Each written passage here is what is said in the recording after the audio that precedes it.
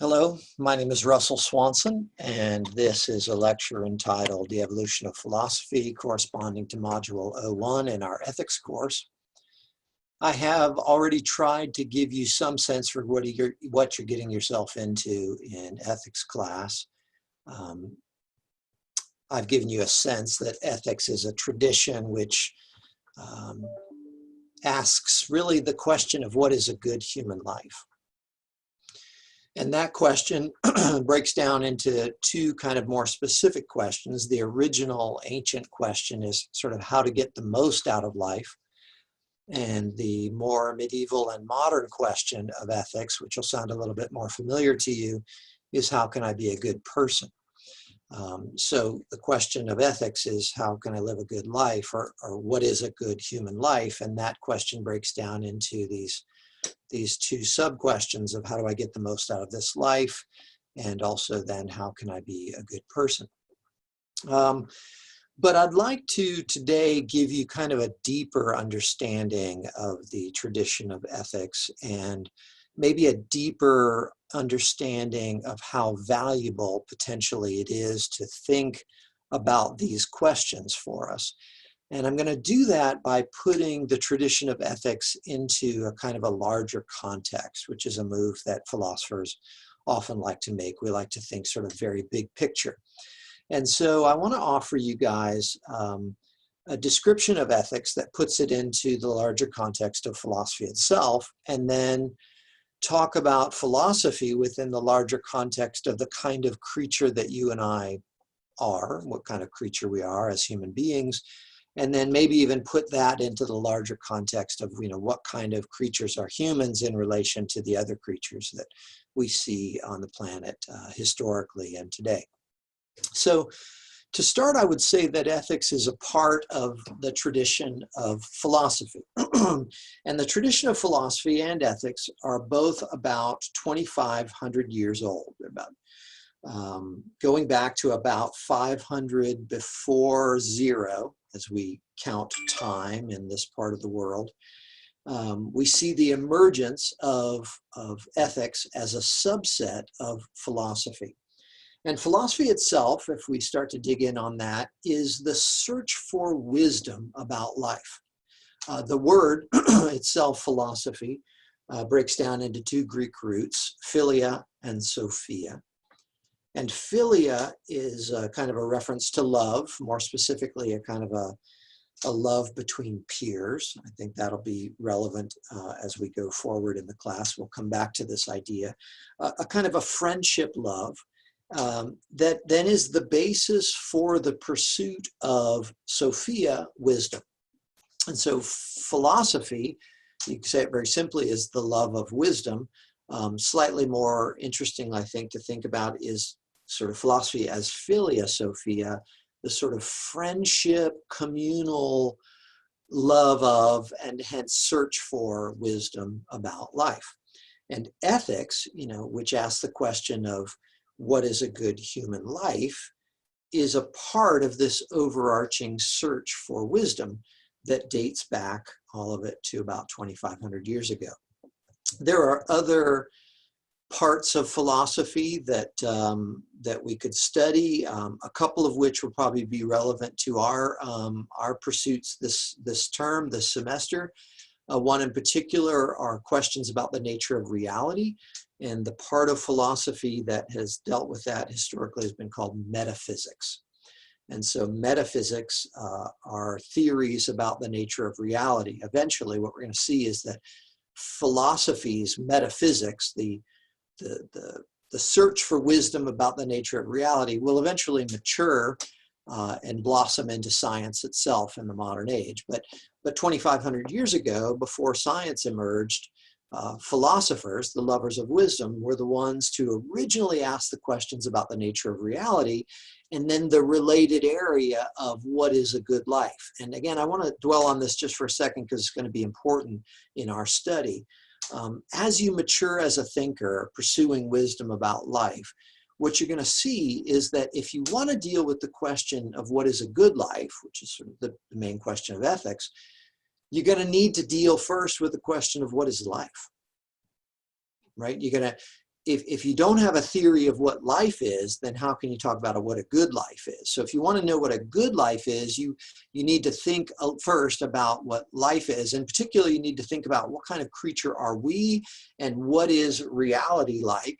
And so then you can start to think about how can a creature like us move through a reality like this in order to do that successfully. And that is the way in which a kind of a mature philosopher, a mature lover of wisdom, begins to develop his or her sense for metaphysics and how ethics is grounded in metaphysics. Now, both of these are examples of areas of philosophy, sort of types of questions that philosophers, lovers of wisdom, have asked over the last 2,500 years. But now that I put ethics into the larger context of philosophy, the next move is to sort of put philosophy within the larger context of our human existence. And there's an interesting sort of puzzle that emerges if you start to think about it. I've hinted at it a couple times so far, and that is that philosophy itself is about 2,500 years old. But humans have been around, as far as we can tell from the fossil record, a lot longer than that, right? So to give you some nice round numbers, philosophy has been around for 2,500 years. According to the fossil record right now, we think humans have been around at least about 250, 300,000 years in a kind of a similar enough form to the genetically and structurally to be just like us, to be the creature that we would call Homo sapiens. Okay, so that's us. So that's what we call ourselves biologically, Homo sapiens.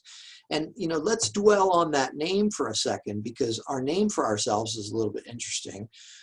These words come from Latin roots, and homo in this context doesn't mean same. It refers to a particular genus or collection of biological organisms that are, to put it kind of simply, slightly oversimply, the upright walking apes. That might be one way to put it.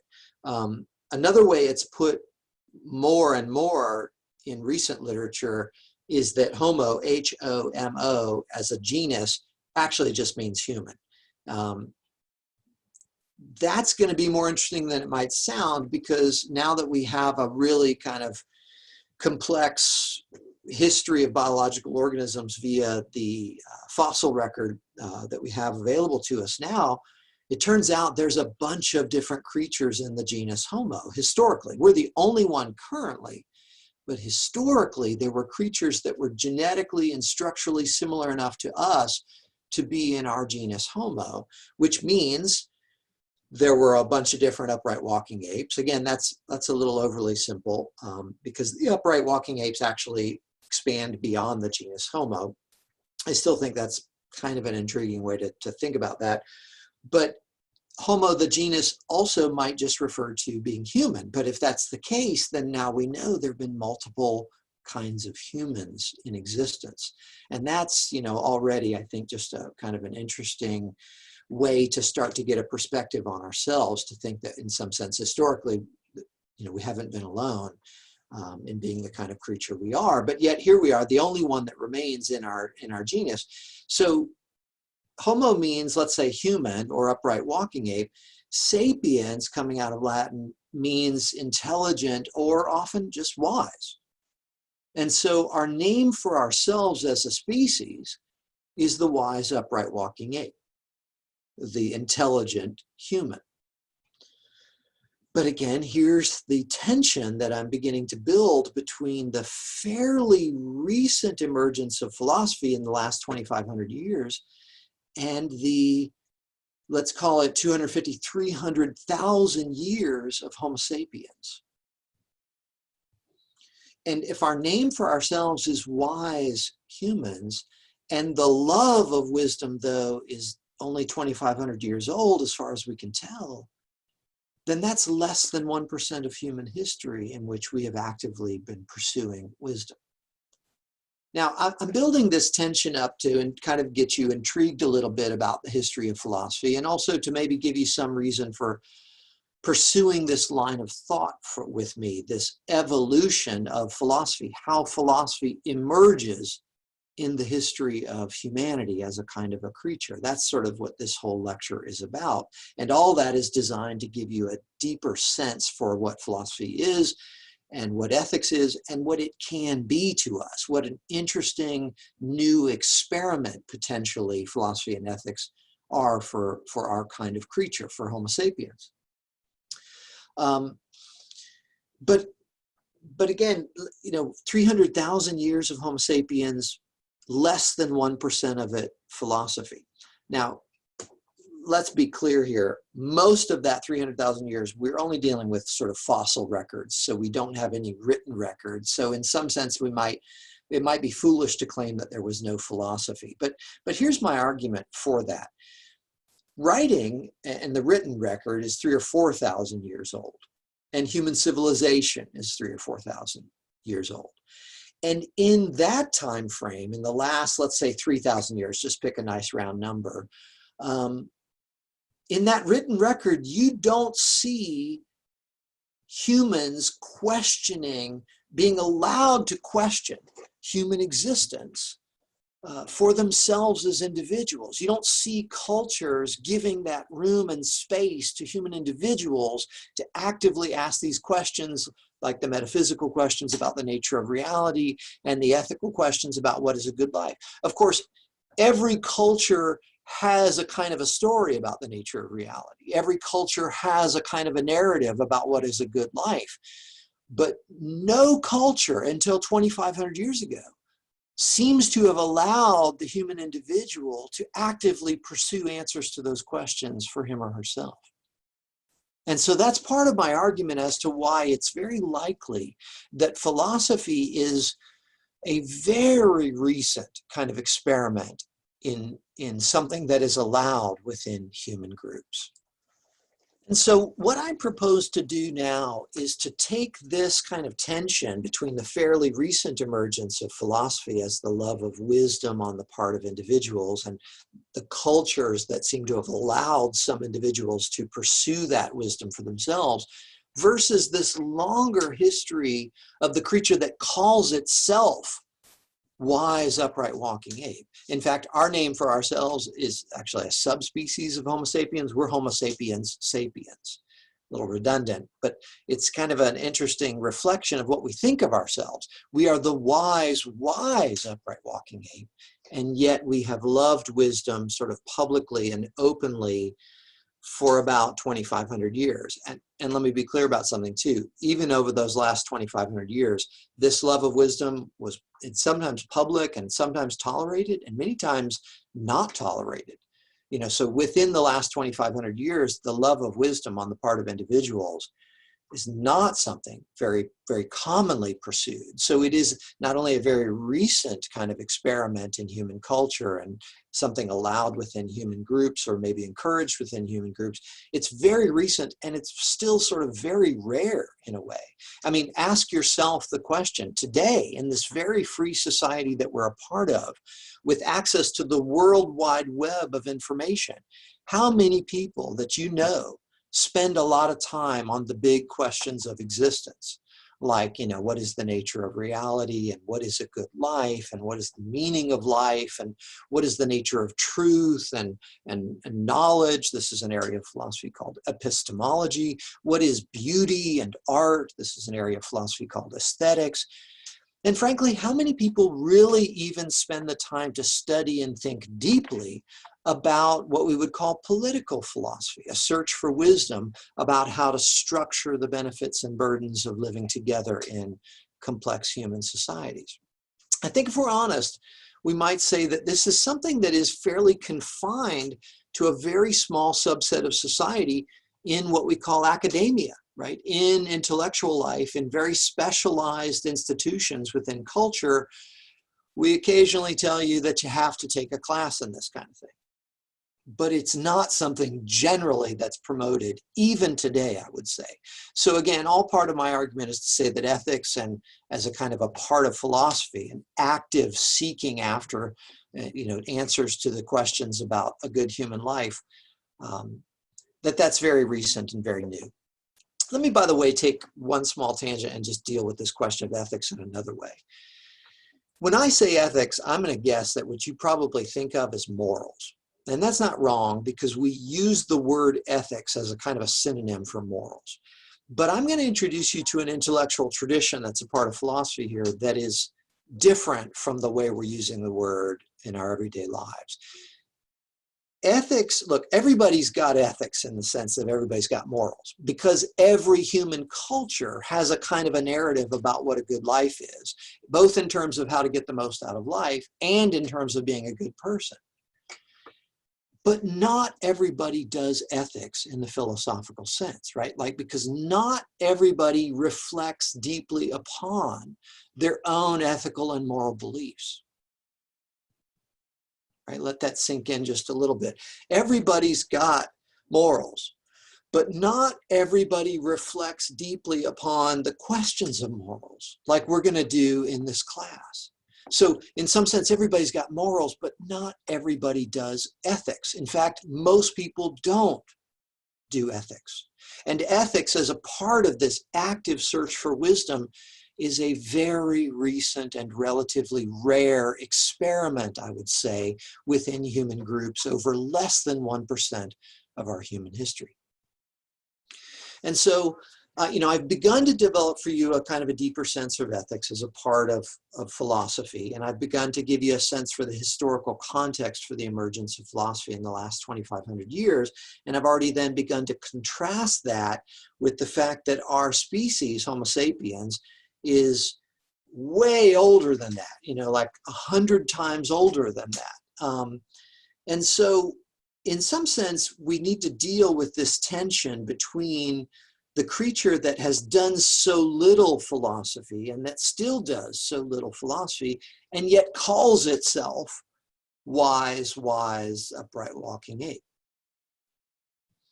And the way that I would propose to do that is to try to dig in a little deeper into a sense of what kind of creature are we? What kind of creature are we that has invented philosophy, right? Because that's amazing, but has done that only so recently and still so rarely. Okay, so to do that, I want to put our species, Homo sapiens, within the larger biological context of other forms of life. And again, hence, this is what I mean about the evolution of philosophy. I'm putting philosophy into a deep evolutionary context here. If, by the way, you happen to embrace a kind of a creationist narrative of Homo sapiens, if you believe that some divine being has created humans in their anatomically and genetically modern form since the moment of creation, that's fine, I would say, as a narrative that informs your sense of self, especially one that's, I would say, grounded in faith, right? But I do need you to try and wrestle with the ideas, try to understand the ideas that I'm going to offer you here by putting philosophy into this deeper evolutionary context. And I'll be honest about my motivation here.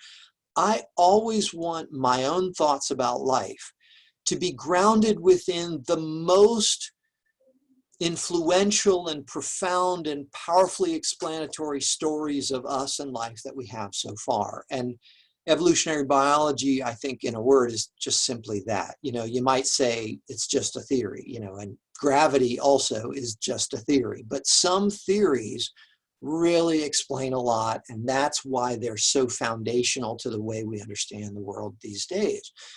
So I'm strongly motivated to try and understand our sense of ourselves, what kind of creature we are, and the emergence of philosophy within this larger evolutionary context, this evolution of biological life forms. And there's two directions that we could go in order to develop this. One would be to put ourselves in relation to other creatures that are alive on the planet today. I'll do that first. And the other, maybe even more helpful, would be to put ourselves in relationship to other creatures even more like us from the archaeological record of the history of the planet. I think that those creatures are more genetically and more structurally similar to us than anything alive today. And so in some sense, whatever we can glean from an understanding of them might allow us to sort of sneak up on some things about ourselves that are so true to who we are as a species that it's almost hard to see about ourselves, right? Some truth about ourselves that's so close to our eyes, in fact, shape the way we see ourselves and the way we see life so much, so significantly, so profoundly, that in some sense, it's almost hard to see about ourselves. And hence my strategy of kind of developing ethics within philosophy and ethics within a theory of us, a theory of Homo sapiens or humanity, and then developing our theory of Homo sapiens or humanity within this comparison contrast evolutionary biological context. Okay, so I said I'm going to start off with creatures that are alive today. Okay, maybe you know, maybe you don't. I always like to ask in my ground classes, you know, do you know what your closest living genetic relative is on the planet today? What creature is most structurally and genetically similar to you that is alive today? Now, I've heard a lot of guesses over the years. One of them would be, especially if you know anything about evolution, one of them might be primates or monkeys. That's the right direction. More specifically, you'd want to say apes, right? The apes are a subset of the primates. Monkeys are another subset of the primates. And all these are subsets of the mammals, right? This is sort of just how we build our understanding of and how we classify biological, you know, forms of life. We simply compare structures and genetics, right? And we are most structurally and genetically similar to the apes. And of the apes, the ones that are alive today, the great apes, the gorillas, the orangutans, and the chimpanzees, and Homo sapiens, these are the four great apes alive on the planet today. We are most genetically similar to chimpanzees, right? And we have about, depending on how you want to sort of determine what a meaningful chunk of the DNA is, we have about, let's say, 96 to 98% of our DNA in common with chimpanzees, which if you've never heard that number before, it's kind of a shocker the first time you hear it, right? I think it says two things. One, there's more we have in common than we might first imagine. But two, we might also say that very small differences in the overall strand of DNA can make some pretty significant differences, right? Because in some ways we're very different from chimpanzees.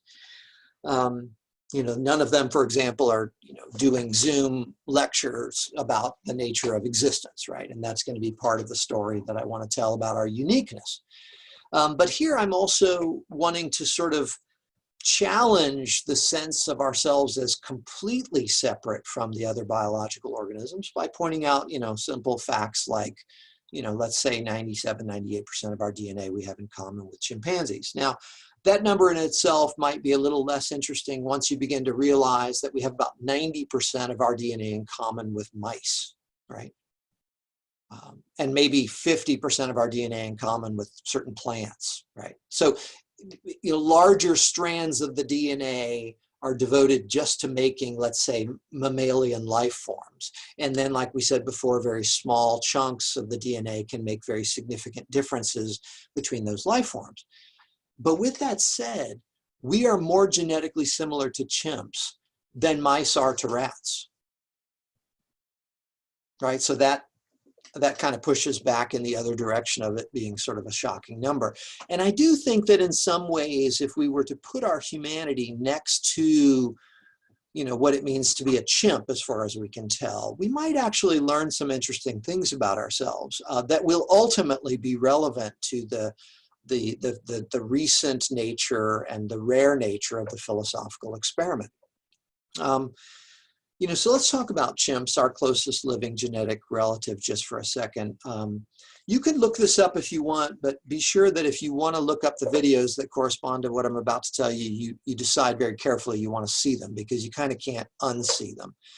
I believe it was in the first Planet Earth series that we caught some really kind of startling video of the largest known chimp troop in the world that existed within the Democratic Republic of Congo, which is in it's in the center of the large, diverse continent of Africa. And the largest known chimp troop in the world was being filmed when one day we caught on film something that had never been seen before. And that is that, you know, we knew chimps were very social. We knew chimps were very intelligent. But what we didn't understand is what we saw next. And that is that they came out of the trees in the morning. They sleep up in the trees. And they came down to the floor of the jungle. And all the males sort of congregated together. And at some point, one of the largest sort of old grizzled male chimps sort of got up and started walking off in a very particular direction through the jungle. And all of the other adult male chimps got in a single file line behind that sort of alpha chimp. And the direction, it turns out, was the direction of another chimp troop that had in recent weeks begun feeding within the normal feeding range of this large chimp troop. And so it looked as if this group of male chimps were going off to confront the other group of chimps. And that's, in fact, how it played out. But they walked in a single file line silently through the jungle. At some point, they stopped and sat and just listened. And then they spread out into, I think, what in military parlance is called a picket line, where they are spread out somewhat, or sometimes a pincher formation, a horizontal sort of line where they're, you know, spaced out every, 10, 15 yards or so. And then they began to move in on the chimp troop in this new formation. And then they began to run and make noises, vocalizations, and hit things, which was weird because you'd think that kind of blows the attack. But the effect on the other chimp troop was to cause complete chaos, because all of a sudden, from greater than, say, 160 degrees, you just heard this wall of aggressive male chimp sound. And the impact on the other chimp troop was just that, chaos. They lost all organization. They all began to just sort of run for their lives, which was wise, but it was too late, because they hit them like just a chimp tsunami. And they climbed the trees and they grabbed the chimps from the other troop, and they just literally wrestled them to the ground and tore as many of them to shreds as they could. And the whole grisly scene, which you could see on the internet, I'm sure, if you choose to, ends with these big male chimps passing around what turns out to be the limb of a baby chimp from the other chimp troop, and they're eating it. Now, again, it's pretty shocking, but what we had never seen before is the systematic nature of the violence that would just been recorded, right? Like, we knew chimps could be very violent. And by the way, let's say this out loud. You should never fight a chimp. I mean, humans are big, but chimps are so strong, and you should just never fight a chimp. You will lose badly. I don't care how much MMA you do. Don't fight a chimp. You will lose. You will get your limbs pulled off. You will get your face eaten off. It's just a losing proposition. It's not your game, right? Your game, obviously, is going to be something else as Homo sapiens. That's your strategy for survival. Is not, turns out, one-on-one physical combat with your teeth and limbs. But what we saw in that chimp troop that day is a kind of a systematic violence that had never been witnessed before, and a kind of a cruelty and a brutality that had never been witnessed before. This wasn't hunting, right? This was, maybe retribution or payback is too strong, but it was definitely like, it was kind of strategic, right? Now, here's the thing, and let's connect this back to humans and the search for wisdom. There's only one species that we know of that is more systematic and more brutal at times in attacking its own species. And you can guess it, right? It's us. It's Homo sapiens. We are by far the most systematic and potentially the most brutal and creative in our violence against our own species and other species, unfortunately. And I think in some sense, if we're going to do ethics together, if we're going to think deeply about morality and a good human life, if we're going to try to understand what the pursuit of wisdom can be for a creature like us, then we need to just be honest about the fact that that is not just chimps, right? That is a mirror up to us. That is who we are. In fact, in the Democratic Republic of Congo, one of the longest running violent conflicts and civil war is still unfolding. And it's a civil war that largely is fought over mineral wealth, because the Democratic Republic of Congo, besides being a very poor place, is an incredibly resource-rich place. So it's a political failing that they don't have a very complex, advanced, wealthy economy, which largely has to do with the era of colonialization, but I'll try to avoid that tangent for a second. What basically has happened in the Democratic Republic of Congo is that human groups with the same DNA as me and you, same kind of creature as we are, have been fighting over the minerals that are so valuable in the Congo because they feed into the electronics that we consume in the industrialized parts of the world, these computers, these phones. A lot of the minerals that are used to make up the components of our electronics come from places like the DRC, the Democratic Republic of Congo. And so there's an incredible amount of money at stake. And so all these different militia groups in the DRC have been fighting for, like over a decade, and hundreds of thousands of people have died, and hundreds of thousands of people have been raped in this conflict. I mean, it's really something that nobody talks about, that's unfathomable. If you want to look it up, it's another, pretty shocking sort of reality that we often turn our heads from, which, again, all of this, right, should have a way to make its way back to, if we're going to think about what it means to be a good person, is it right for us to turn our heads away from conflicts like that are fueled by patterns of consumption like our own? We largely ended the trade in blood diamonds. Why can't we end the trade in blood minerals? I mean, it's not beyond us, right? But it's beyond us if we never think about it, right? Which has to, again, do with ethics and what is a good life and what does it mean to be a good person. But my point there was to say that within the same geographic region that we see the systematic violence of our closest living genetic relative, the chimp, we also see the even more terrible violence of Homo sapiens, creatures genetically and structurally just like us, but they have just had different experiences than we have. Some of them, for example, some of those militia groups came out of Rwanda. They were the Hutu militia groups that had helped to slaughter hundreds of thousands of Tutsis with machetes in the great Rwandan genocide of I think the 1990s, which much of the world just ignored while it was unfolding. It was kind of an ethnic-based genocide that was sadly the legacy of the colonial era, because the Belgians, who had colonized that part of the world, had preferred the lighter-skinned Tutsis, and the darker-skinned Hutus had resented that, of course. They were the lowest people on the totem pole within the colonial structure. And after independence in Rwanda, eventually Hutu resentment became genocidal rage. And hundreds of thousands of people were slaughtered with machetes in the Rwandan genocide, which again makes the point.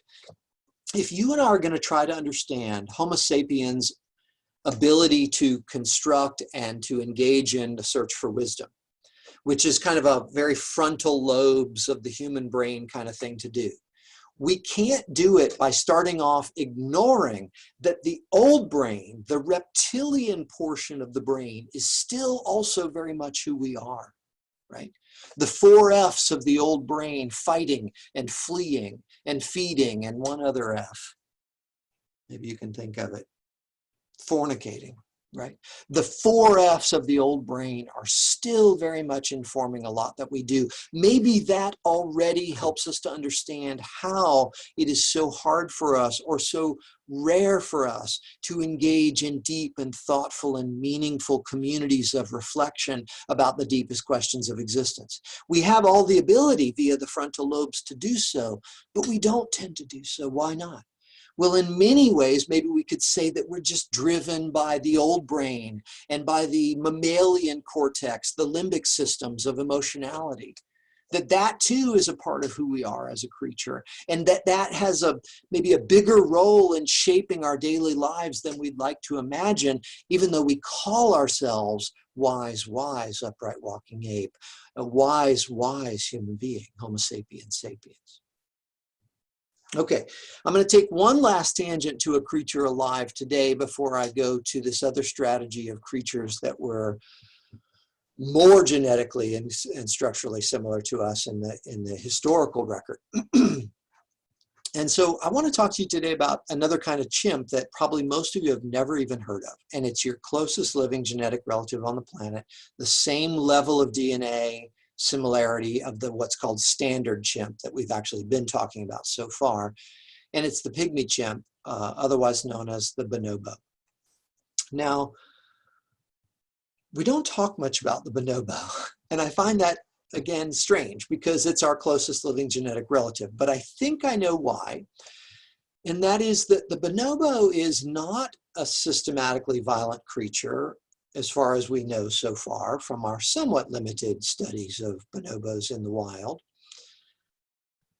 But part of that lack of systematic violence in bonobo groups, or even between bonobo groups, is that bonobos spend a lot of time recreating. They spend a lot of time playing, and a lot of that play is what we would call sexual in nature. The bonobos are, by contemporary cultural standards, sort of hypersexual mammals, social mammals.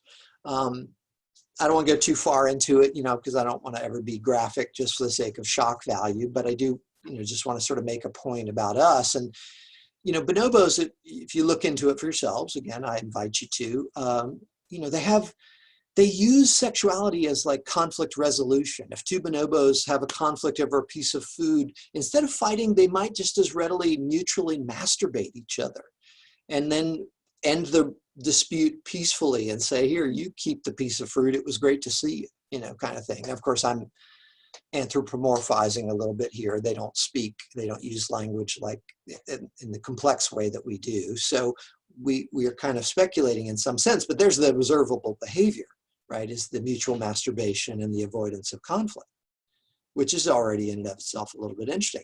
They have many other games. I won't go into the many forms of sexual recreation that bonobos engage in. But I think it's interesting to note that they are more matriarchal. They're more women-centered than male-centered, especially for a primate species. They're less violent. And in some ways, again, they hold the mirror back up to us, don't they? I mean, if we're honest about it, as much as we'd love to think of ourselves as intelligent humans, if you look on the internet, we're pretty into sex, right? And it's not like always about intimate lovemaking and sensuality. I mean, it's kinky, funky, freaky, we are really into sex as a species, and yet we don't have a very mature philosophical cultural dialogue about sex. We kind of like to keep it on the down low, right? Like you don't talk about this, but that is as much who we are as anything else, right? And, we don't study that about ourselves really scientifically until the 20th century, so we're still really understanding more and more about human sexuality and its complexity and its nuance and its diversity and its fluidity. I mean, all that's very, very recent. And so in some sense, that speaks to a kind of a blind spot about ourselves. And I don't think that we can talk meaningfully about the issue of a good human life, the issue of how to get the most out of life, and even the issues of being good to one another, the issues of morality. If we start off by ignoring our potential for aggression and ignoring our potential for sexuality, the actuality of our aggression and our violence, the actuality of our sexualities, right? And I will never speak about these things in this course for, just for shock effect or just to be graphic. I'm not trying to make people uncomfortable just to be uncomfortable.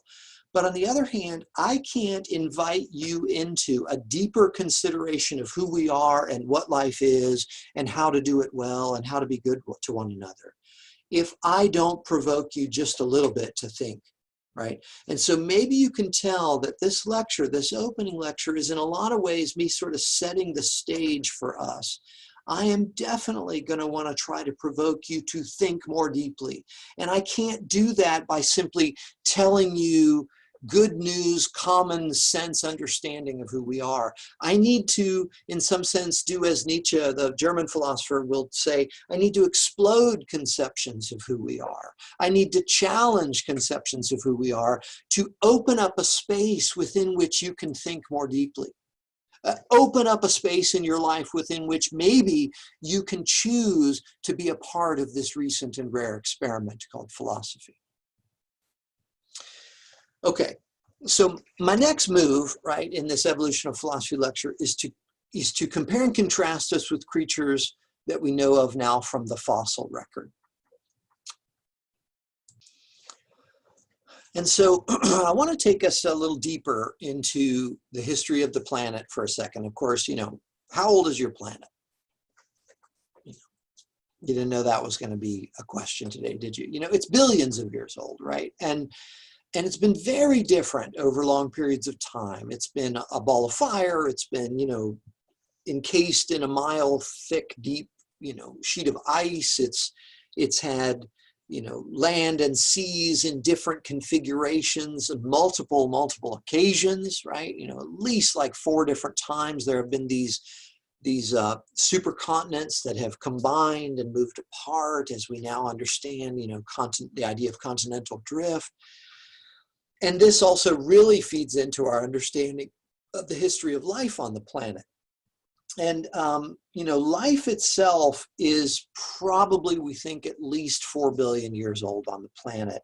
And it has come and it is gone. It is sort of proliferated and diversified and collapsed in major extinction events at least 5 times that we know of in the written record. Most recently, the collapse that we associate with the end of the dinosaurs from about 65 million years ago, when we think, a lot of volcanic eruptions and disruptions in the atmosphere were made a lot worse by a meteor strike, which we have found, the crater for, and the layer of dust that circled the whole planet that goes back to these strata that are exactly 65 million years old. And then you see that, all the major large reptiles, almost all of them completely disappear. There's no fossils newer than that, right? And then what reemerges out of the end of the era of the reptiles, where they were dominating life forms more than 65 million years ago, we see the age of the mammals. Mammals will sort of fill the ecological niches that are left by the collapse of most forms of reptilian life during that last major extinction event.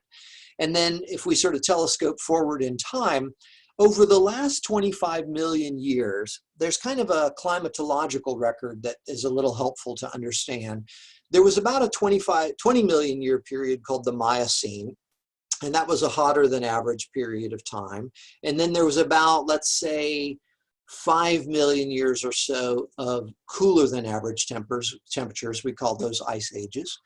And then in the last 10,000 years or so, we're getting back to a period of warmer than average temperatures called the Holocene. So this is sort of the Miocene, long, hot, wet period, and the Pleistocene ice age. There's actually other geological epochs thrown in there called the Pliocene, but I'm not going to go into that level of detail.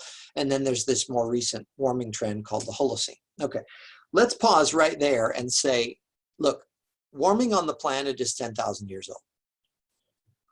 Why are we so upset about warming right now? Well, look, the answer is complex, but the answer seems to be basically this. While warming and cooling are natural parts of the planet's history, we have never seen the rate of warming that we see now that totally correlates to the age of industrialization over the last 150 years or so. So this is basically, the evidence that is, I would say, overwhelmingly in favor of what we would call anthropogenic sources of increased global warming. Now, again, this is a pretty complex issue. I think it's an important issue, right? And it's even an issue that's very much related to questions of a good human life and what does it mean to be a good person. You and I live in the time where we're coming to grips with human-caused global climate destabilization. And that clearly should have some implications for us thinking more deeply about what does it mean to live good lives. For example, the patterns of consumption in the late 20th century and the patterns of throwing away things and using up resources in the late 20th century is just not going to be the way going forward in the late 21st century. It's just not sustainable, right? For a number of different reasons. And so our vision culturally of what it means to live a good life can't be as simple as the visions, which were wonderful, that emerged in Western societies like the United States after World War II. Right? And, you know, in terms of being a good person, the other major question of ethics, you know, what kind of person turns a blind eye to conflicts like that in the Democratic Republic of Congo based on consumption patterns of electronics? And what kind of person in the 21st century is going to turn a blind eye to global warming? And again, global warming is an oversimplified phrase. It's global climate destabilization, right? And there'll be winners and losers, but it's all happening so fast that in general, economies will either adapt very quickly or there will be major, major economic disruption in the coming decades. I think this is, I hope, fairly well understood by this point. But all of these, again, I hope you see all these tangents I take are all me setting the stage for why are ethics relevant today, right? Like, why should we be thinking more deeply about how to live a good life and be good people, right? And all of this is part of the answer, right? Now, my main goal in establishing this sort of hotter than average period, colder than average period, ice age, and the recent warming trend was to give you a sense for something we've seen in the fossil record, which is the age of the emergence of the mammals, and then amongst the mammals, the emergence and diversification of those mammals that we call primates, which really blow up in the tropical ecosystems of the Miocene.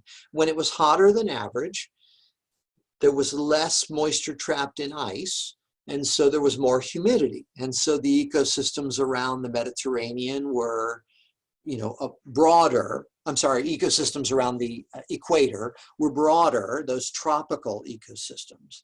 And within those tropical ecosystems, life forms evolved to sort of thrive within those tropical ecosystems. And among them were these, you know, largely tree-dwelling creatures known as the primates. And eventually the primates will give rise to the split between monkeys and apes. And then that story is going to lead to us, specifically the upright walking apes. And that's really where I want to telescope in.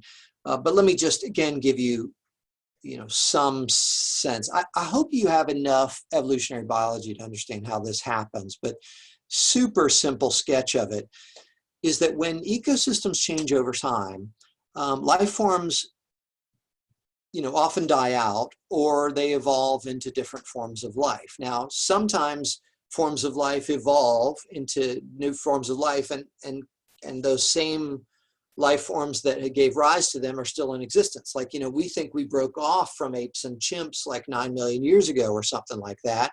They're still chimps. You know, what's up with that? Well, there's still just enough, barely, ecosystems in the world for chimps to survive in the wild, right? But still, all these other experiments that came off from chimps are also, you know, many of them are gone, but we are also still surviving. And here's basically how it happens. Take a single species and you geographically isolate them. And over time, what will happen is that genetic groups and variation within these geographically isolated groups, they will begin to sort of diverge from that original genetic common ancestor that they have as they only interbreed with each other and no longer with each other. Now, especially if you add, you know, ecological transformation through natural processes that are slow, like ice ages, or more, you know, immediate processes like meteor strikes, what you're going to see is major extinctions and major new experiments emerge in terms of genetic diversity. And if you leave these groups, you know, alone long enough in their geographic isolation, they may get so genetically different that they can no longer successfully interbreed. And that's what we mean by speciesization, right? Like species are sort of defined by not being able to interbreed and produce, I think it's fertile offspring. You can see this in the lab with insects and other creatures that reproduce much more rapidly. And then that would, again, evolutionary biology just explains the fossil record really tremendously. And so let's telescope in on the fossil record as the long hot period begins to give way to the last ice age. Okay, so, we know this, right? We have got kids' movies about ice ages, but what happens is that over millions of years, hotter temperatures give rise to, or go to cooler temperatures on average. And so that's going to shrink the ecosystems that are in the tropics. And it's going to provide new ecosystems. And one of the new ecosystems that's going to emerge, especially for the primates, will be the savanna, right? As tropical ecosystems shrink, you're going to get the savanna lands on the edge of these tropical ecosystems, the open lands. And so the upright walking primate is going to emerge. The upright walking ape is going to emerge in this period of hotter period going to cooler period. And that's exactly what we see in the fossil record, right? We see the emergence of, say, the Lucy fossil, which maybe you've heard of. Look it up if you want. I think Ardipithecus ramidus. No, that's not right. Australopithecus, that's it. Australopithecus afarensis, sorry, is Lucy. And Lucy's a kind of a pelvis of an upright walking creature with a skull that looks a lot like a gorilla's, right? And Lucy's from about maybe 3.2 million years ago. There's older ones, which you find in like Northern Africa in the Sahara Desert, Ardipithecus ramidus, Ardi, sometimes this fossil is called, is found in the desert. And you got to ask yourself, why do you find upright walking apes in the desert? Well, because it wasn't desert, right? It was tropical ecosystem, and it was savannas. And then eventually desertification takes over, and those creatures go extinct. But many versions of upright walking apes emerged, and many of them actually overlapped. We coexisted as Homo sapiens with many different forms of upright walking apes, most of which I think we believe we would classify in our genus Homo, including one I'll get to called Neanderthal, Homo sapiens neanderthalensis, or sometimes just called Homo neanderthalensis. I think that's outdated at this point. And so you see the upright walking apes emerge when you go from hot period to ice age. Okay, and this is, in some sense, the emergence of the creature that's most like us. And so let's telescope in on some evolutionary ancestors like Neanderthal.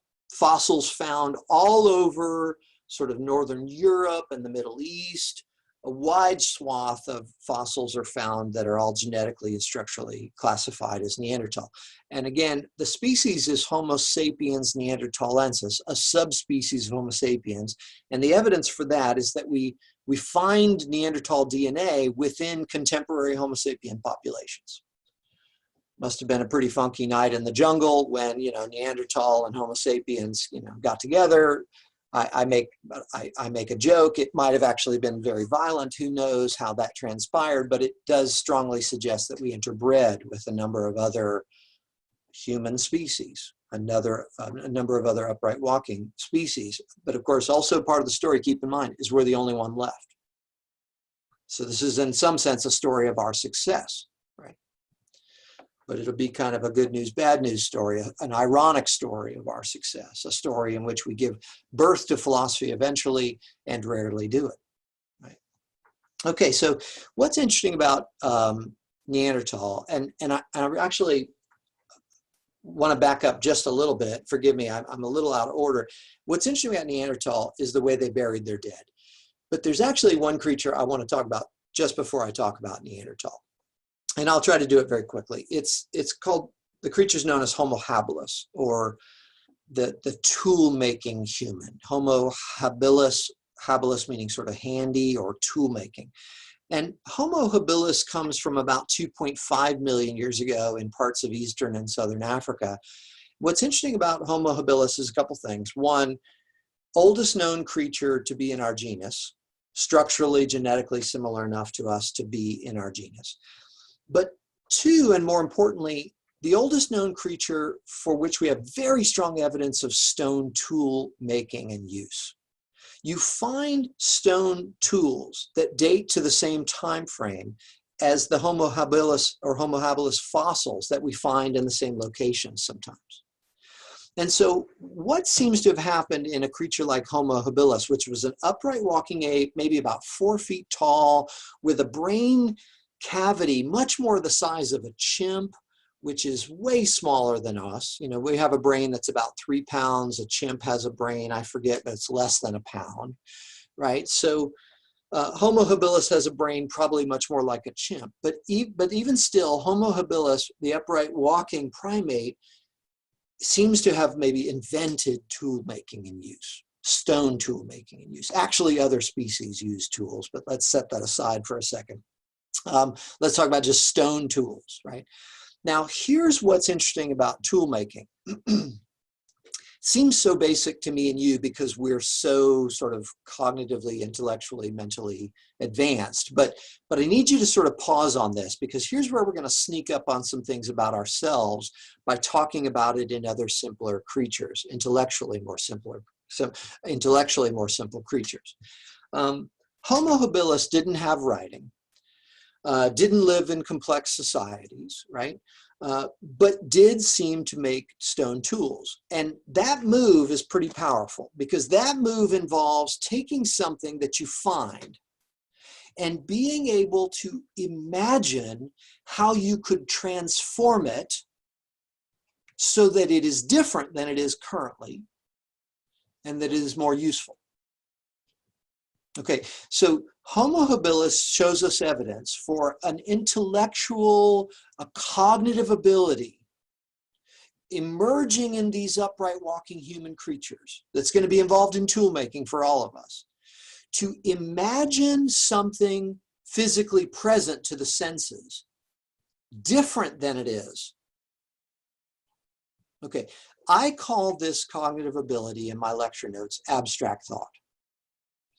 It is the cognitive ability to abstract yourself, to separate yourself from what is present to your senses right now.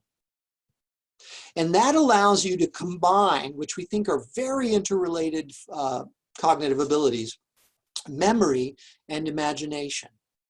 And through memory and imagination, we can compare this thing as it is now to a vision of this thing as it could be. And then we can imagine the process by which we could transform it, you know, in order to maybe sharpen it or something like that, right? Or transform it in order to make it more useful, to change it from the way it is to the way we imagined it to be through abstract thought. Now, right there, that's a lot about being a human being, because abstract thought is our game. Don't fight a chimp, that's not your game. Cheetahs are fast, birds fly, humans think. And you didn't need me to tell you that, right? I mean, in some sense, you could have said that.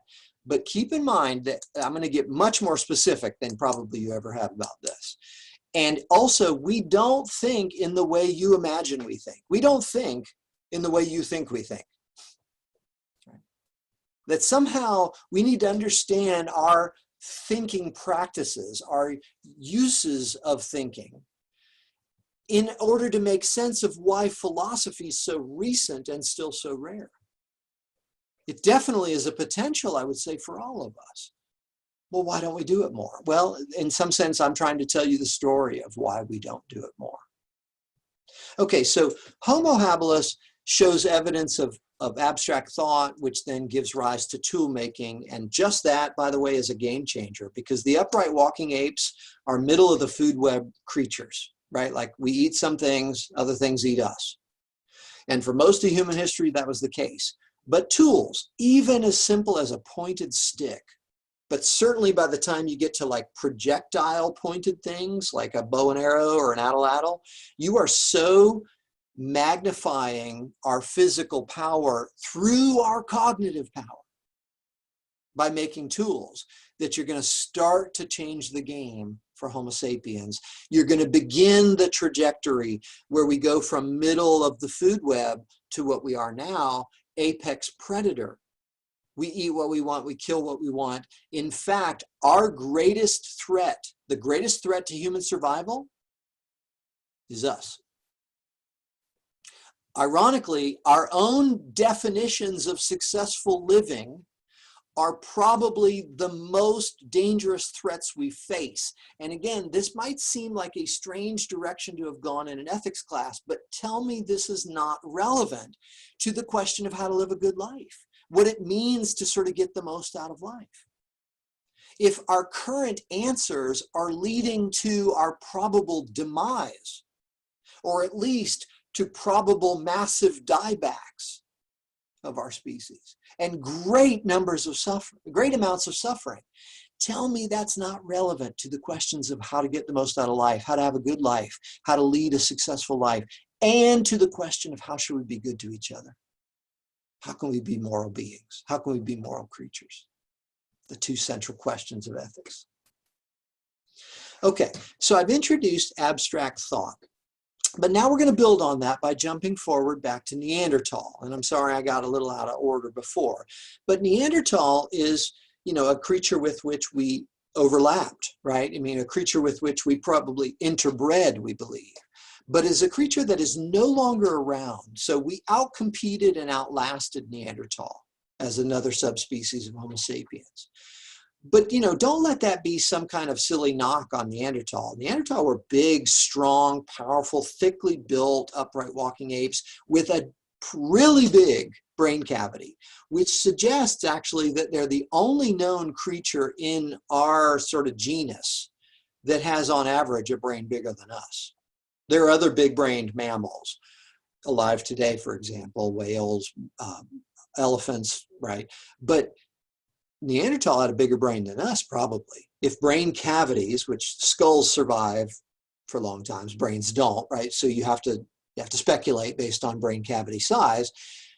But it's a little bit interesting to ask, why did Homo sapiens outcompete Neanderthal if Neanderthal had such a big brain? And we think like that our big, survival, the explanation for our survival, our big adaptation as a species is thought. And I think that, yes, remember, we don't think the way we think, but yes, abstract thought is a part of this answer as to why we're still around and why we're not just still around, we dominate the planet today. In fact, there's a discussion amongst the geologists about whether or not we've left the warming trend of the Holocene and entered into what's now being called the Anthropocene or the Anthropocene, the Anthropocene. Say it however you want. It's the human-generated geological epoch of Earth's history. That's the debate currently. And that's been brought to you by, in some sense, abstract thought. Because besides tools, right, what abstract thinking allows a creature like us to do is to go into an ecosystem and then to maybe eventually use something like language to encode observed patterns, like where do the prey hang out and where do the predators hang out, and to see based on memory how a completely new ecosystem might actually be a place that'll get us killed or a place that we could survive. Identifying patterns in reality is basically, that's starting to get to. Tool making is big, but identifying patterns in reality using abstract thought, that's starting to get to where we're going in order to explain how we've become so powerful and what philosophy could eventually be to us. Because we will, long story short, begin to encode these observed patterns in reality in something called culture. We'll pass it on generation to generation, and that's going to really up our game. We don't have to invent everything from scratch every time we're born. We also don't have to rely upon an amazing instinctual basis like many other species do. Lionesses hunt in amazing ways, but if you take them out of the savannah, they're in trouble, right? Because their instinctual basis is for hunting in the savannah. Homo sapiens can adapt through abstract thought to identify the patterns of new ecosystems. This is going to explain how we, as hunters and gatherers, spread out across the entire planet eventually. We're very adaptive. That's part of the story of our success. Okay, so the next stop is Neanderthal. I'll try to be brief here, but I'm passionate about this stuff and they're kind of cool ideas. But Neanderthal is cool, as I said before, because of the way we find their buried bodies. Neanderthal is the oldest creature for whom we have very good evidence of what we would call ritual burial. Okay, Neanderthal fossils are sometimes found, like just we imagine, you know, caught in the flood, buried in the mud bank, dead, pulled apart by scavengers, spread all out. But a lot of times you find Neanderthal fossils buried in a shallow grave, below the level where the ground would have been at the time, up a mountain, in a cave, let's say. And you find the fossils in a particular format over and over again in a fetal position on its side. And then one of the real kickers is that you find these fossils with tools or ritual objects. And one of the things you might want to ask yourself is, why would you leave a tool with a dead body? And there are a number of different explanations that are possible, and Neanderthal's not here, so we can't ask them. But one possibility is that Neanderthal had a conception of the afterlife. And that's not such a stretch, because when you look at the other big-brained Homo sapien, upright walking ape, right? King Tut was blinging in the afterlife. We definitely engage in ritual burial as a mode to prepare for what we imagine is an entire other level of reality. Now, here's where we're going to start to go off the deep end. So I know, you know, maybe you want to pause the lecture, you may want to come back. Make sure you got your thinking cap on for this last, you know, part of the lecture, because here's where we're going to start to take all of these ideas, sort of bring them together into kind of a deeper understanding of who we are and what philosophy and ethics can be to us. Between Homo habilis, which uses abstract thought to make tools, and Neanderthal and Homo sapiens, which uses abstract thought, potentially for Neanderthal, certainly for us, to speculate about entirely different levels of reality, a lot has transpired. Tool making is big enough, but by the time you get to the cognitive ability that it takes to speculate about other levels of reality that aren't present to the senses at all, then abstract thought has reached a whole nother level. Now, look, the point here is not about whether or not Neanderthal really believed. We don't know. We know Homo sapiens have believed in other levels of reality, right? And the point here, though, is also not whether or not there are afterlives, there are other lives, whether or not there are, metaphysically speaking, in terms of reality, other levels of reality. That's also not my point here. My point is to draw attention to the way in which creatures like us and us use abstract thought to conceptualize layers of reality that are not present to the senses at all. And because of the way I've set this up, you're going to think I'm focusing on something like an afterlife, but it's actually something much more present to us in this moment. There is a layer of invisible reality which we all participate in that is brought to you by a shared belief system that we should call culture. In the lecture notes, I define culture as a shared system of belief about a level of reality not present to the senses. Simpler understanding of culture says it's just passing on tools from one generation to the next. That's a fine anthropological definition of culture, but then a lot of other creatures have had cultures if that's the case, including a lot of other primates even now, right? So I want to define culture a little bit more specifically to get to something more uniquely about us and creatures like us. Culture is a shared system of belief, you can't have it alone, a shared system of belief about a level of reality not present to the senses. And because you are a Homo sapien, you get brought into a group of creatures that are going to use language to encode the observed patterns of reality. And then language will be used to convey to you as a young Homo sapien the culture of the group. And you are going to put this on like a lens.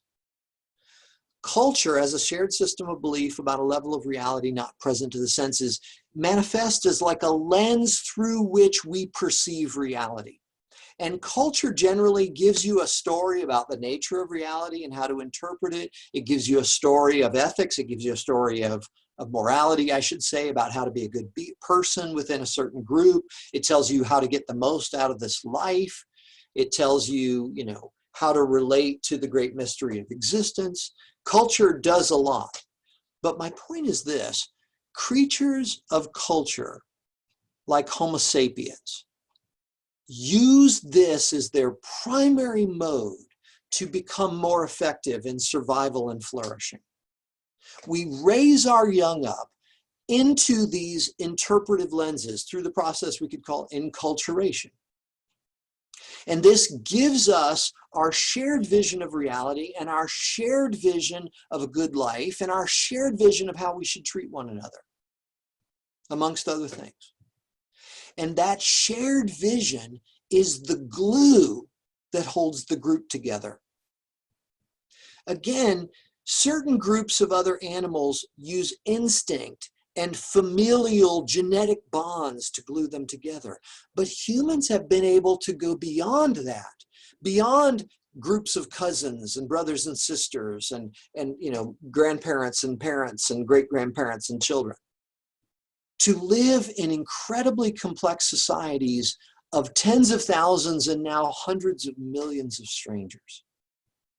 And you've got to ask yourself, how have Homo sapiens pulled this off? Because that is not instinctual. There is no creature that is as cognitively self-aware that lives in such large numbers, right? There are creatures that live in large numbers, but they're not very flexible. There are more flexible creatures, but they don't live in large numbers. Only Homo sapiens have been able to combine living in large numbers with increased sort of flexibility of behavior, which allows us to flourish and survive in different ecosystems. And culture is what makes that possible. The shared story.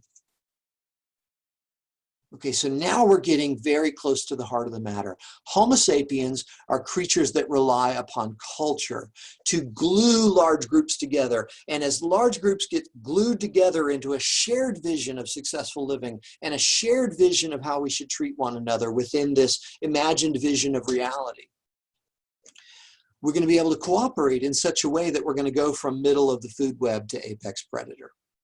We're going to go from being acted upon by natural forces to being a natural force acting upon the climate of the planet.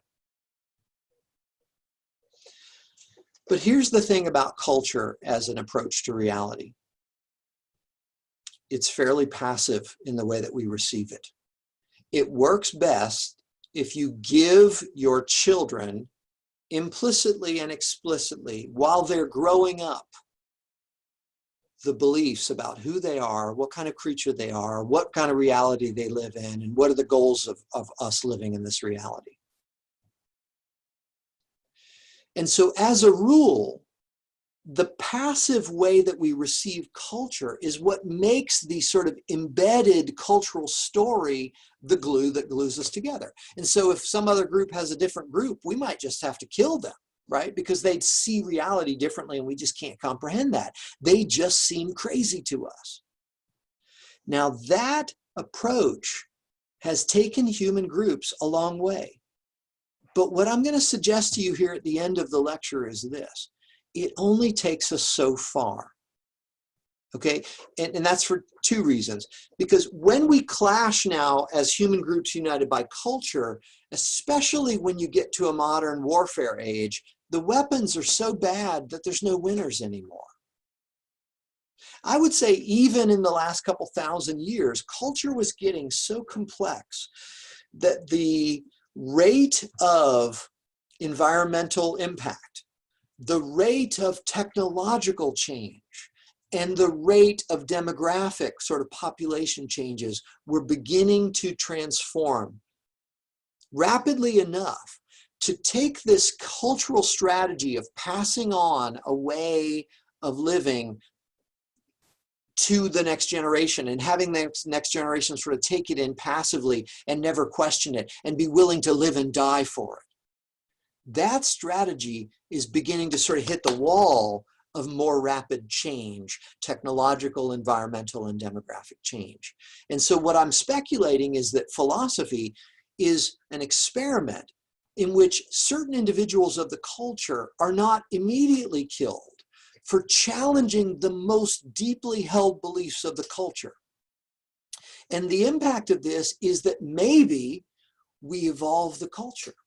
If we allow a certain number of individuals to be philosophical, to become philosophically awakened to the assumptions of existence and to begin to question those deeply and meaningfully, then they have a chance to experiment in new ways of seeing reality, seeing ourselves, seeing a good life, seeing how we should treat each other. And this is the very recent and still rare experiment of philosophy. In fact, one of the things that happens 2,500 years ago across the entirety of the range of early human civilizations is called the axial age shift. Something shifts in the entire axis of human civilization in the far west around the Mediterranean, in the Middle East and India, and in the Far East and what we would call China today. These are the three major centers of civilization. They're all sort of within a certain latitude.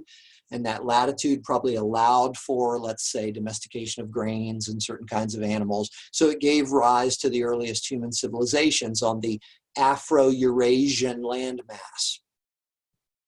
Later, the civilizations would make it eventually across the Bering Straits and the land bridge up in northern Siberia to the Americas, but that'll be much later.